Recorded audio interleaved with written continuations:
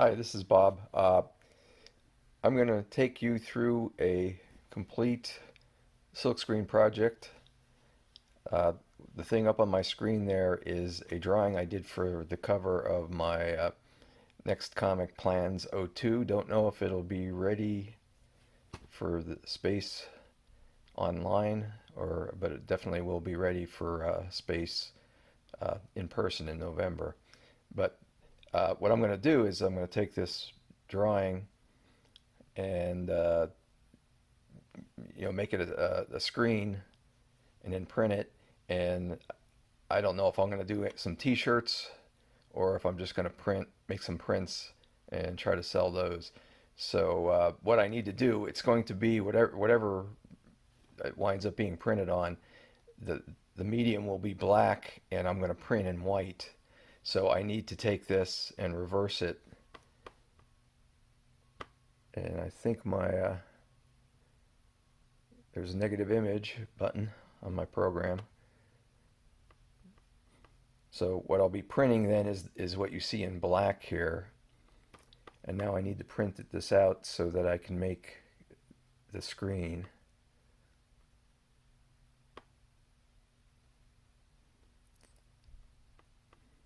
Oh, I got to break this in half. So hold on. Unfortunately, my printer in the other room can only handle 8.5 by 11. I don't have the size of this is 11 by 14. Trying to manipulate this with my one hand, and I realized I was pushing the wrong button.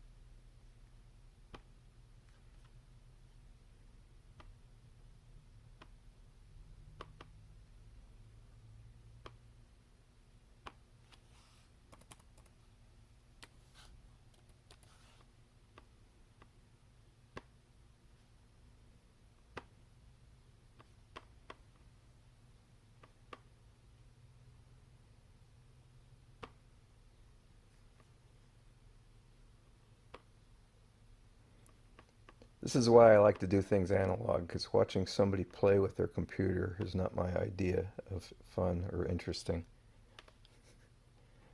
But we'll get on to the physical stuff here shortly.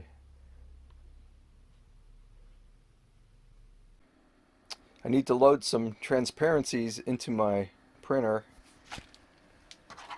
These are hard to find. I did get, actually it feeds from the top tray here. These are getting harder to find. I can still get them online. But they were, originally invented for overhead projectors, which have gone the way of the dinosaur.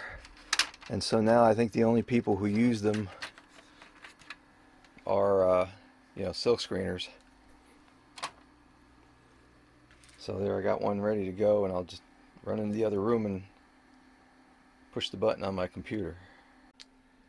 After a few tries, I finally got this to come through, and I actually used the bottom tray. I forgot that's what I had been doing. So now I just need to go do the upper part of the image, and we'll move on to the next phase. Okay, we're on to the next phase here, and you're probably all wondering why I have a stretched canvas in front of me instead of a screen print type equipment. Well, actually, if you ever check on screen print frames at your local art supply store or online, they're outrageous. So what I do is when somebody has a stretched canvas with frame and with the spline on sale, I buy them, and then I take the splines off. This might be a little difficult because it's down pretty deep.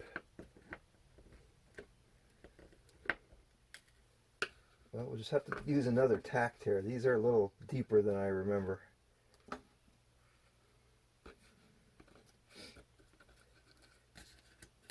Well, the spline's deep enough I could probably use a different spline, or the groove is deep enough that I could use another spline. I don't have to reuse the one that's provided here.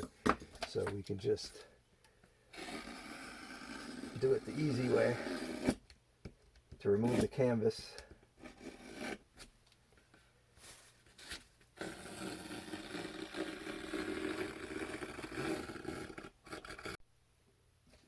So I'm just going to cut this canvas off.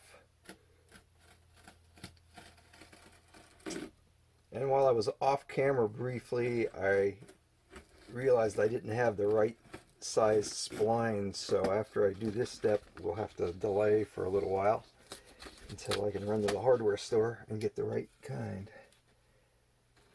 If all went well, I would have pulled those staples out, removed that spline that was in there, and use it over again.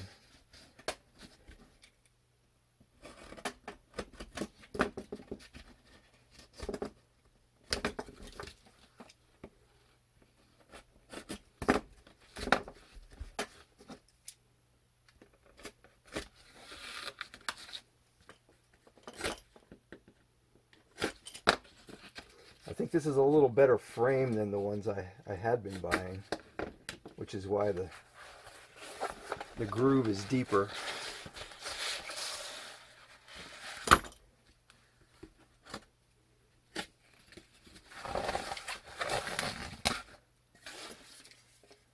And there we go, there's the freed frame.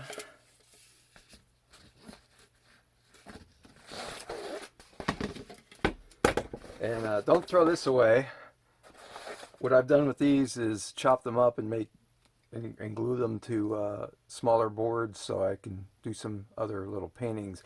I just recently used one for my cover of that Plans 02 because I just needed a little bit of color. I did ink drawing and then did a painting with the color parts of it, which is actually, you know, that was the cover that we're using that I'm going to use to do this, and then composited them on the computer, so these things come in handy.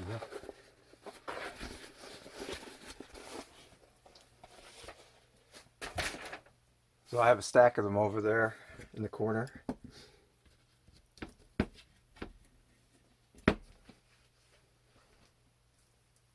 I'm going to see if I could pull this out with my pliers here, but it should work either way.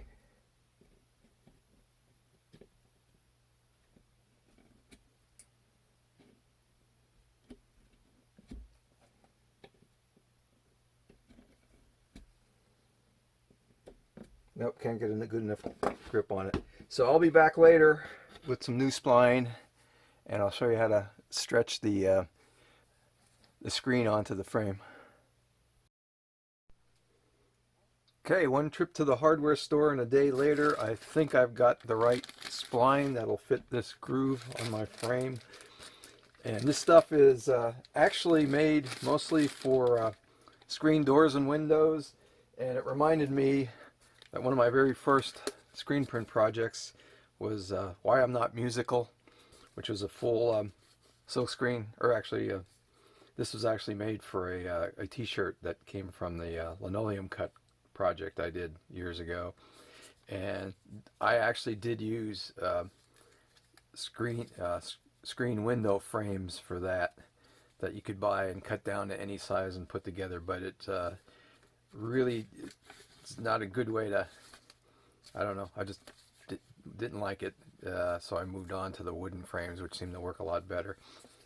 So anyway, we got the spline. Did manage to pull out some of the last remnants of the canvas that was still stuck in the grooves with my pliers. I use all kinds of unconventional art equipment. And now we're going to see, and here's my roll of screen. And I don't recall, this is about 230, the 233 I think it is, optic orange, which I like better. because you can kind of see when it's developing later on, uh, if it's taken or not, if you're getting anywhere with the light. So we just cut this to the frame size. I could do a whole unboxing segment on getting this out of the box and wrapping that it was in online, which it took me about 10 minutes to get through it all.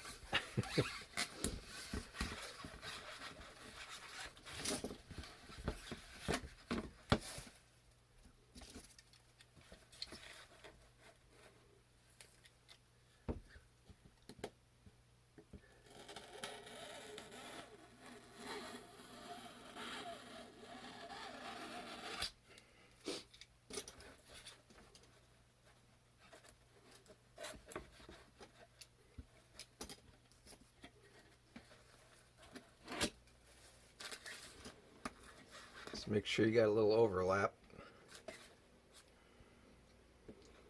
That excess can be trimmed later.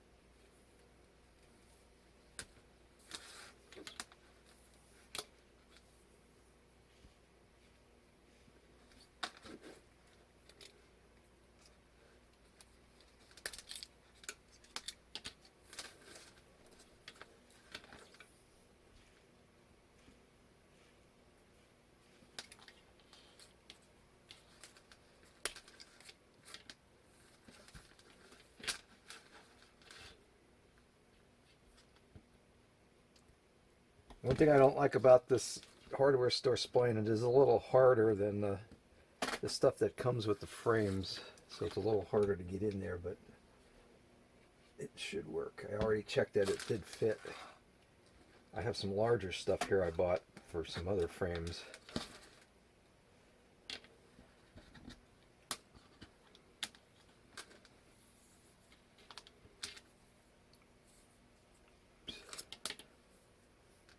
So I usually start with the long sides.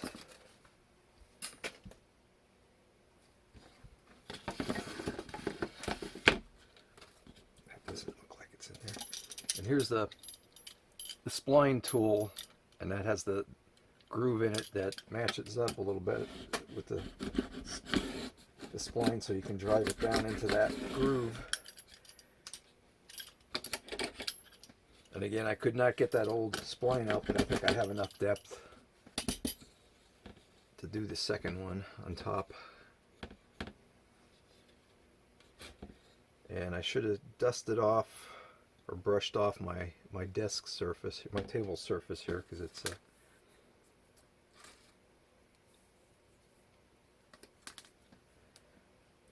got a lot of crumbs on it.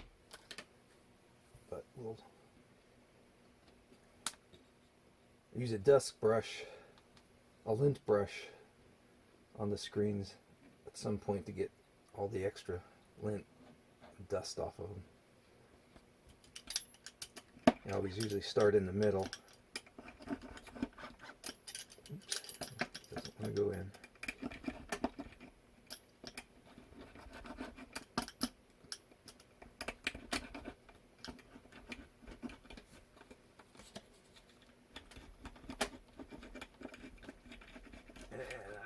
Be bunching up too much. We'll see.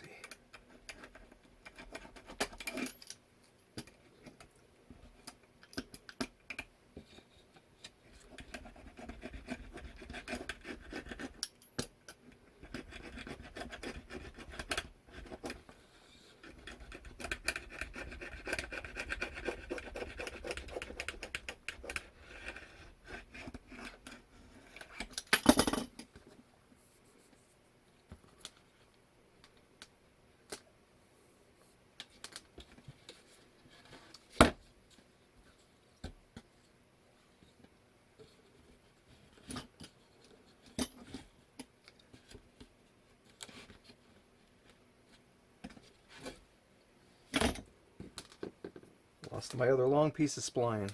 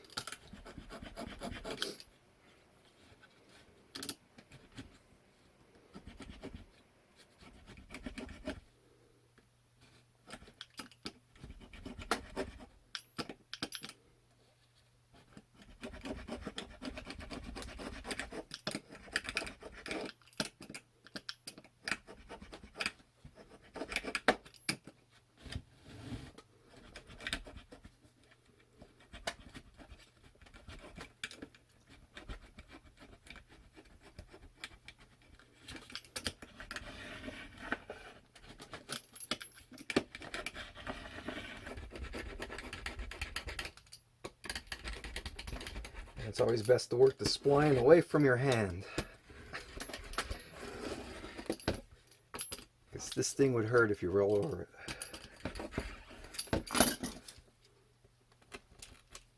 I don't always do what I say, but okay, I think that one's in.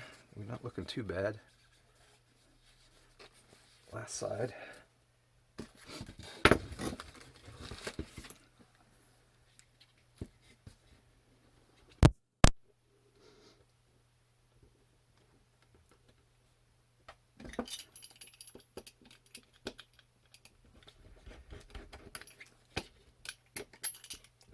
Starting to bunch a bit. I want to make sure everything's tight when we're done.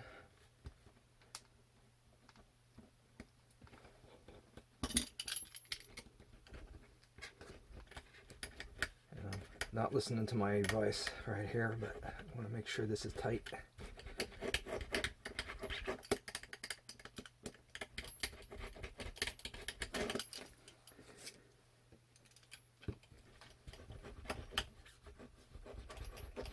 The tighter the screen is, the better job you're going to get with the emulsion when you put the emulsion on. And we'll be doing that next.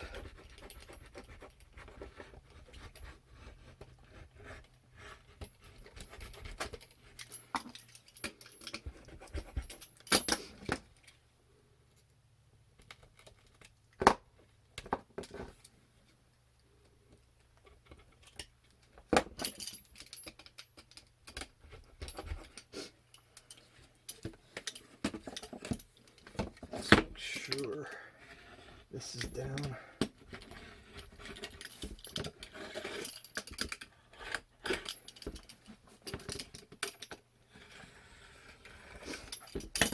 Just to make sure they don't go anywhere, staple them in.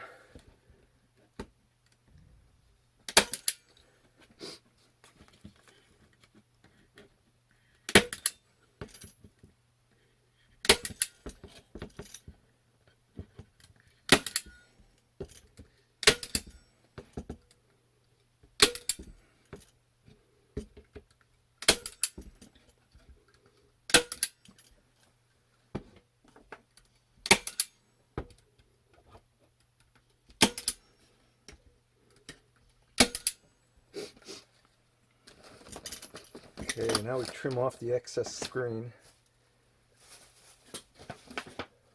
And use my straight edge to this, so I don't accidentally cut into the part I want.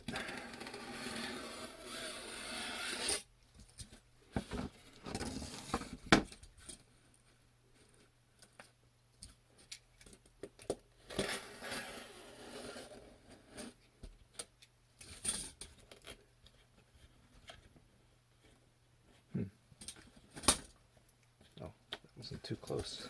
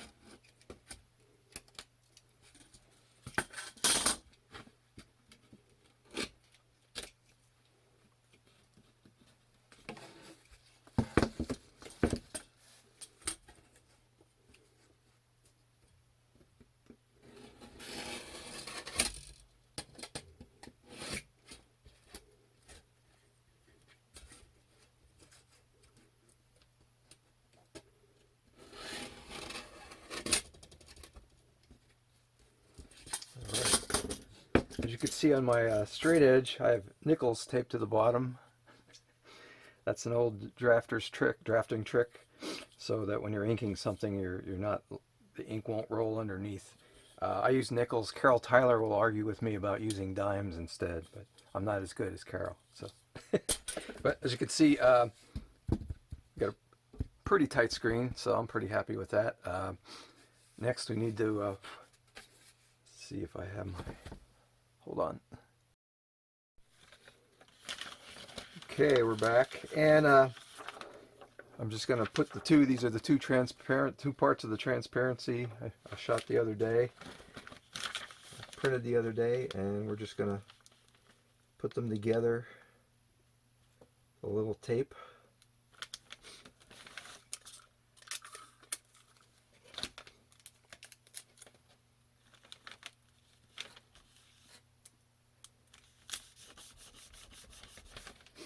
This usually works that it won't show up on the screen. Okay, now we'll go get our screen. Okay, after a major failure, we're going to get back to it today. I went out and bought some new photo emulsion. And one of the things I'm going to do, since what I usually do is I activate the whole thing with the activator, and then I use it for years, so that's not working out. So what I'm going to try to do is divvy it up and at least do two different groupings. So luckily I happened to get a set of these this week, which have measurements on the side. That's for some pretty heavy drinkers.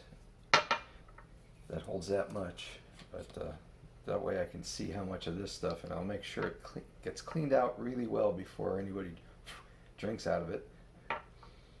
But, this is the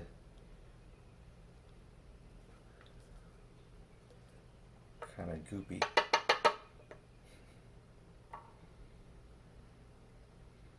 That might take a while.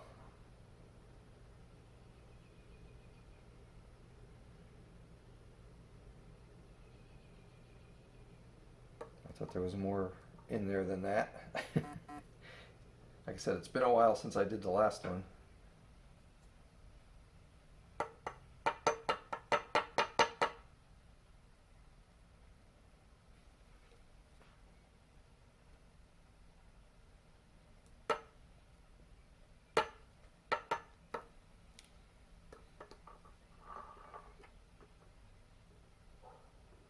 I'll let that drip.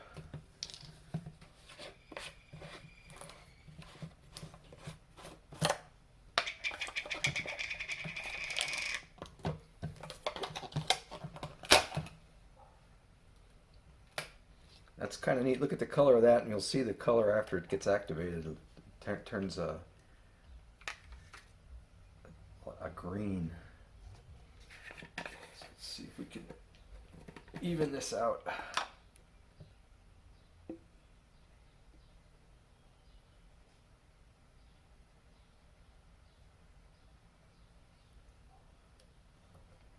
Well, they're pretty close. This one has a little less, but I'm going to dump it back in here where there is still some and activate this one.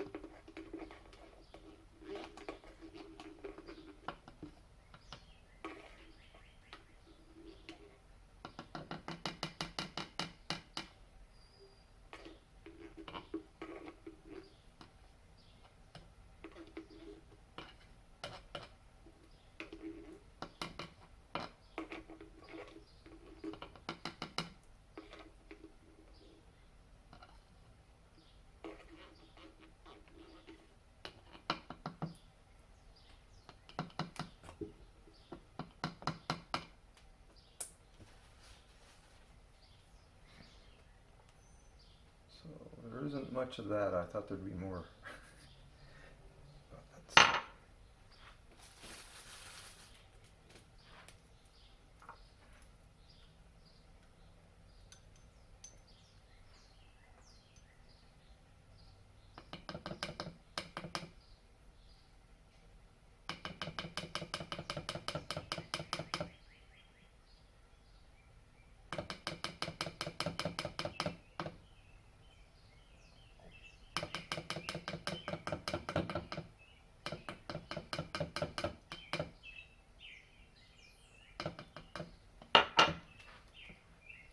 So you can see it's still blue. I'm going to mix it up a little bit.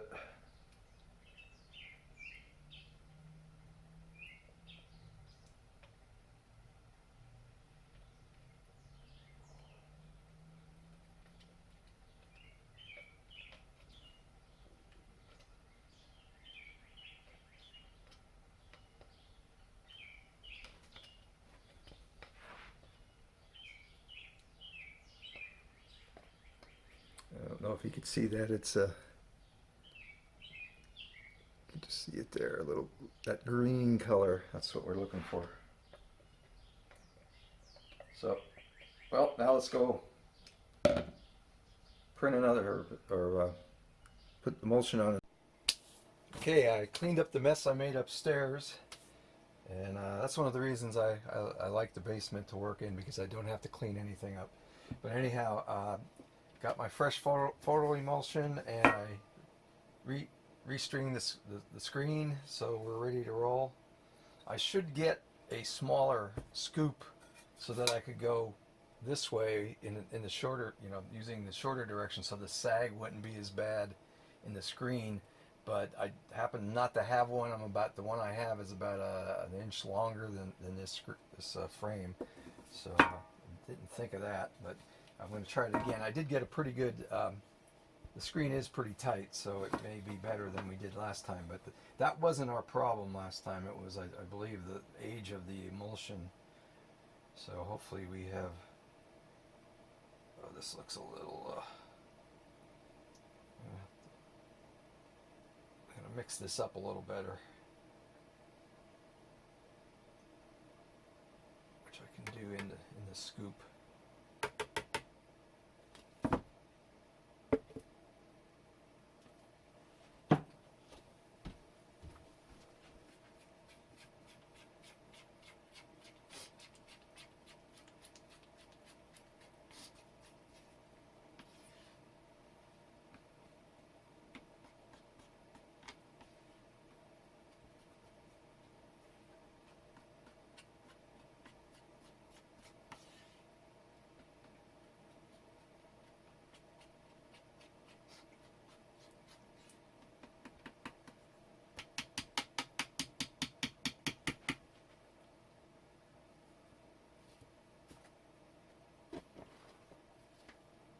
Okay, now this is ready to roll.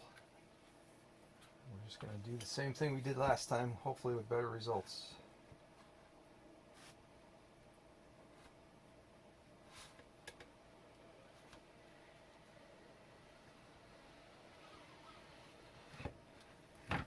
So that looks pretty good except for that last little bit. And I think we can work that into the design. I'm going to see if I can flatten that out a little bit.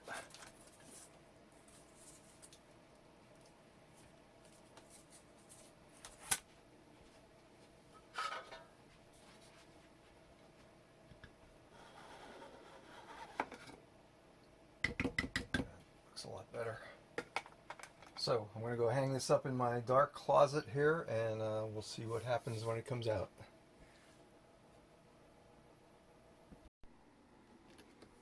Okay, so we got our transparency sitting on top of the screen.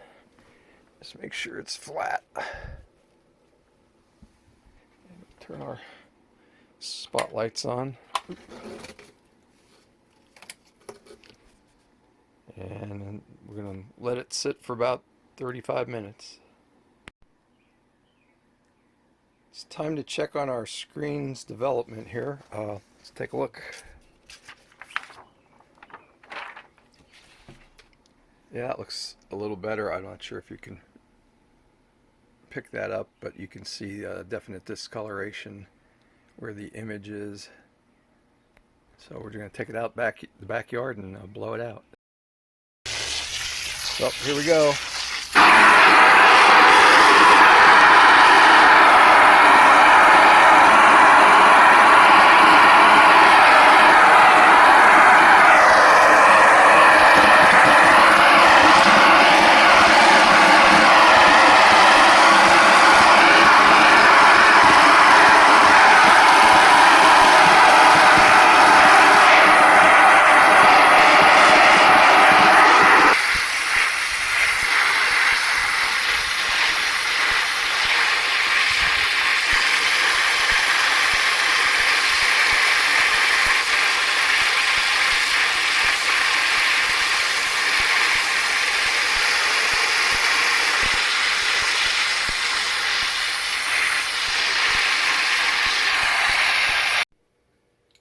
Okay,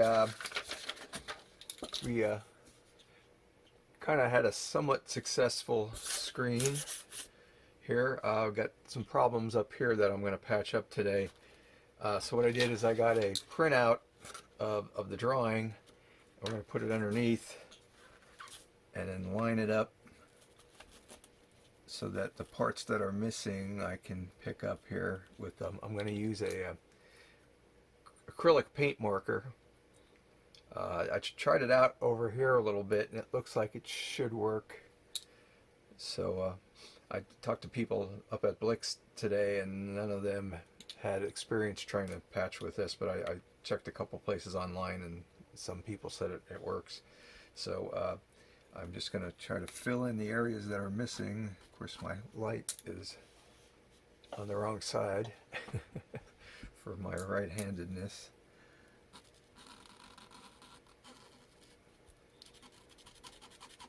And I might have to go back and use some of the filler that you can get. The problem with the filler is it's liquid and you have to brush it on. And there's very little control over where it winds up going. So I have a little better control. I'm going to have to move my light over here.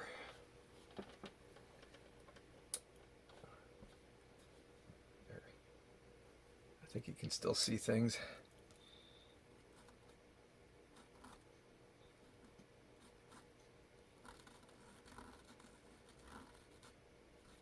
And since this is nothing but circles, I could probably handle it this way.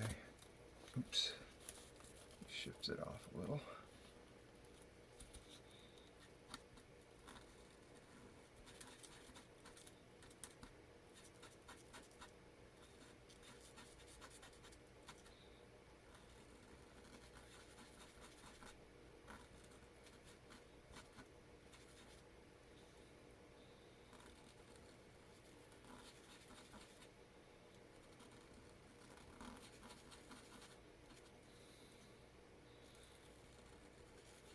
I've been using the acrylic paint markers now for a little while.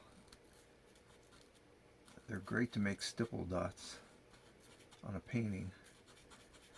So you can do some soirees kind of stuff.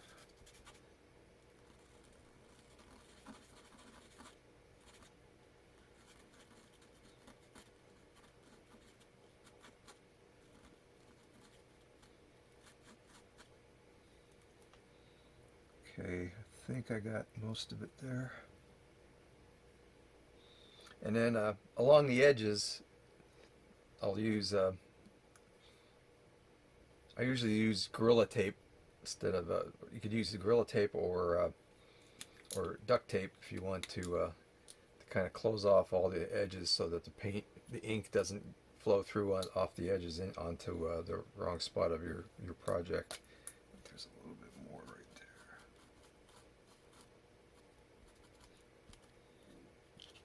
Let's just see if I see any other spots.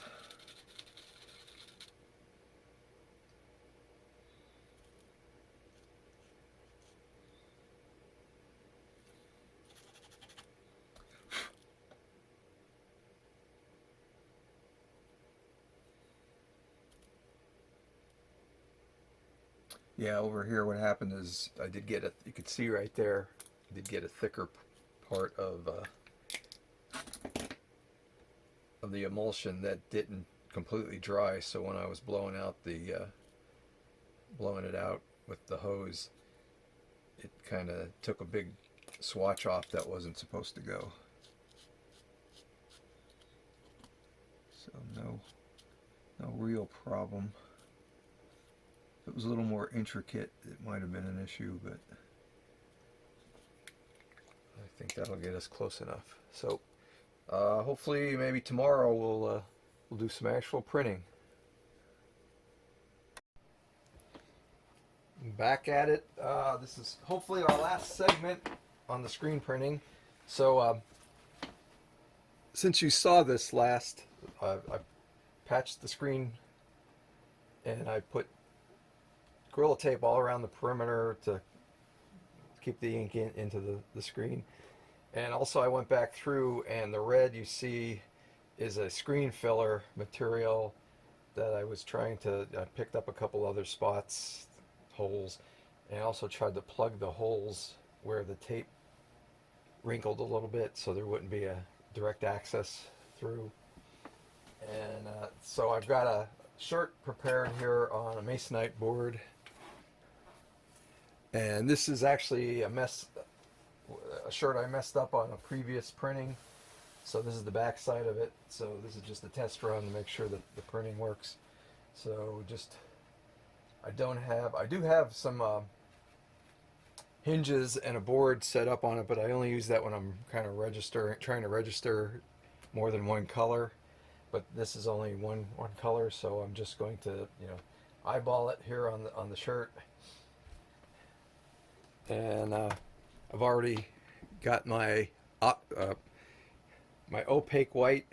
I've been mixing it up a little bit, and you can see this stuff is really thick. Yeah, the consistency of these different types of paint or ink varies a lot.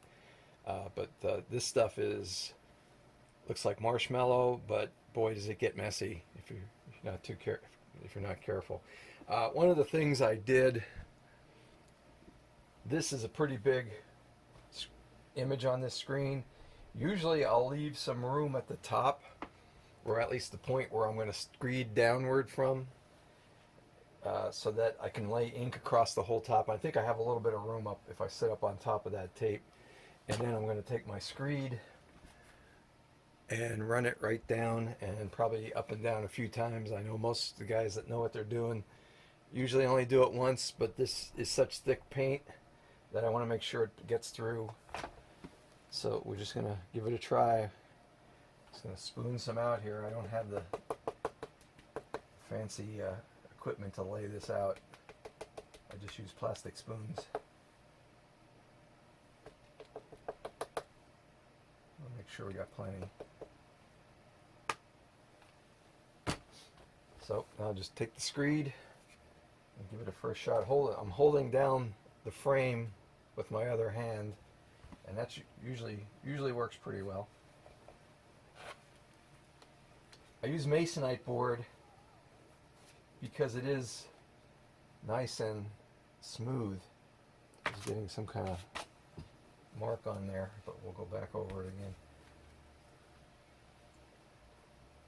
so that the screed runs pretty clean. And if that screen is tight, everything should work out pretty well.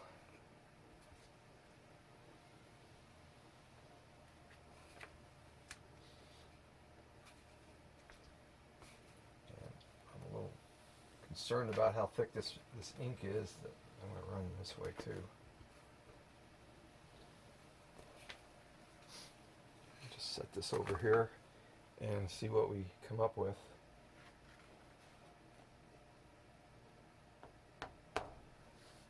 And it's a little faint, but not too bad. It'll just have to work. That maybe I need to add a little water to that ink so that it comes through. But the image came through. So now I'll just usually put it on a hanger and hang it off a pipe down here in my workroom. So that's it. Well, let's get this up. That's all there is to it, and hopefully you can take some frustration, because sometimes when you do it this way, and like I said, I try to keep it economic. So and I see a couple little holes here that came. No, that's just dust. There's a lot of sawdust down here from other projects. So, but yeah, I think that came out pretty well. Again, I'm going to need to work with this ink a little better when I do some actual final shirts. So thanks for watching, and you know, good luck on your own projects. Bye.